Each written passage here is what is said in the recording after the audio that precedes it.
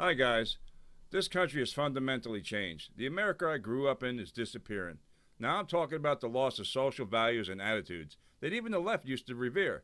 Things such as your right to speak your mind, a belief that hard work was rewarded, a commitment to expanding economic opportunity, and the right to be just left the hell alone. These things are disappearing. Even the language that we used to describe them is disappearing. We observe it happening, we feel it happening, but if we say it's happening, kaboom!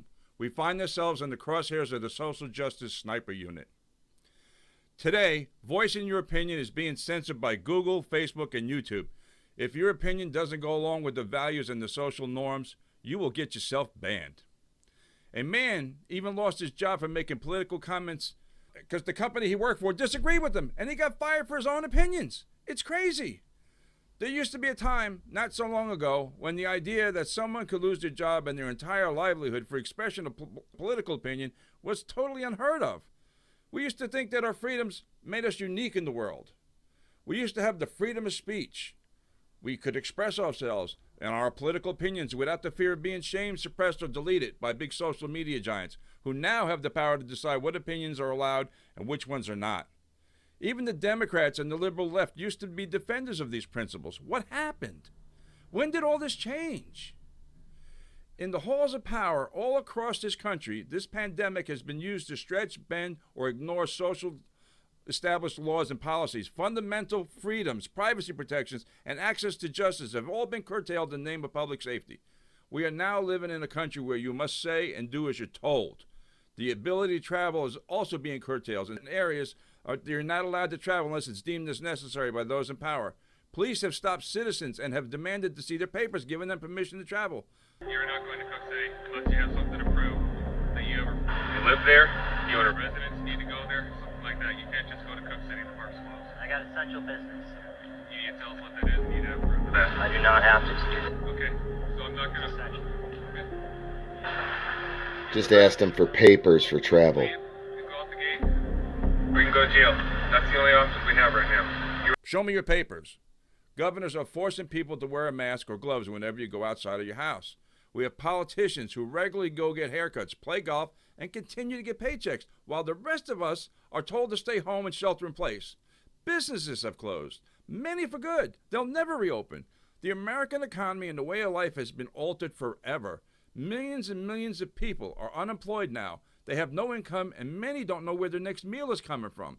We have people in the media and Congress telling us we're all in this together. We all must make sacrifice. Just listen to any television commercial. It's everywhere. However, while most of the nation is unemployed and unable to pay their bills, politicians still get their big bloated salaries and in fact just gave themselves a raise. During a recent interview, Nancy Pelosi showed off her $24,000 double-wide kitchen behemoth refrigerator stuffed with dozens of quarts of very expensive ice cream. She is just one of the many elitist politicians who are insensitive to the plights of those suffering economic devastation because of this virus. How do we allow our virus to erase our constitutional rights? The United States now faces a dire dilemma. To what extent should the Constitution be violated to fight this coronavirus? Lockdowns, especially ones that apply to people who haven't been tested positive for the virus, are constitutionally questionable at the least. When did we start quarantining healthy people instead of sick ones? The leaders in New Jersey have threatened to prosecute residents who spread false information about the virus. That's a clear violation of your First Amendment rights. In California, the powers in charge have forced some gun shops to close, with absolutely no regard to the citizens' inherent right to arm and protect themselves.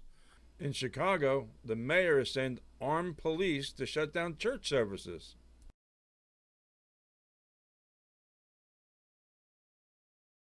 Perhaps the most alarming concern is that our government is working in cooperation with tech companies, such as Facebook and Google, to use smartphone location data to monitor and track people's movements during this quarantine. The U.S. Supreme Court has ruled that cell phone data is eligible for Fourth Amendment protections. Used to be. But according to the feds, that goes out the window because this is a national emergency. Big tech companies are also gearing up to share medical information. They gather that from digital screening tools with the government, connecting it to location information to speed up contact tracing. Check your TV and newspaper ads. They're looking to hire people to be contact tracers. There's also a new bill, H.R. 6666, also called the Testing, Reaching, and Contacting Everyone, or the TRACE Act. That gives the government the power to go door to door and test individuals and track their movements and everyone that they had contact with. And now, the U.S. Department of Justice has quietly asked Congress for the ability to ask chief judges to detain people indefinitely without trial during this emergency. It's astonishing how some Americans show a remarkable willingness to tolerate civil rights violations in order to confront this pandemic, regardless of their party affiliation. The ones who blindly followed stay-at-home orders are calling the ones who chose not to domestic terrorists. What happens after the threat is subsided? Americans, they must recognize that any constitutional violations that they voluntarily went along with may become the new normal. You always hear new normal. Remember, Benjamin Franklin once said, "Those who would give up essential liberty to purchase a little temporary safety deserve neither liberty nor safety." Now, I am no way saying that there's not a dangerous pathogen out there. I just question the extraordinary precautions and restrictions and shutdowns for a virus that is about as dangerous as the yearly flu. Is this the chance to grab power? Yeah, I think so. It may have started with good intentions, but why has it continued so long? We were initially told to quarantine for 14 days. 80 days later, we're still on lockdowns. When will these lockdowns be lifted? I have a sneaky suspicion just a few days after the November presidential election, these lockdowns will be over. I, for one, will not be using a mail-in ballot that must rely on someone else to ensure that my vote gets to the proper place. I will be at the post to exercise one of my greatest rights, the right to choose who we elect to the highest office in the land. So until next time, my friends, stay smart, stay safe, and stay free. If you like this video, click like, share it with your friends, and consider subscribing. Until next time,